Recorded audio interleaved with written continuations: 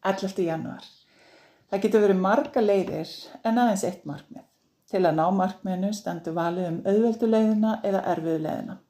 Það er að segja beinu leiðina eða þá hlykkjóttu, sem liggur upp fjallvegi og hlíðavegi áður en að komist á enda.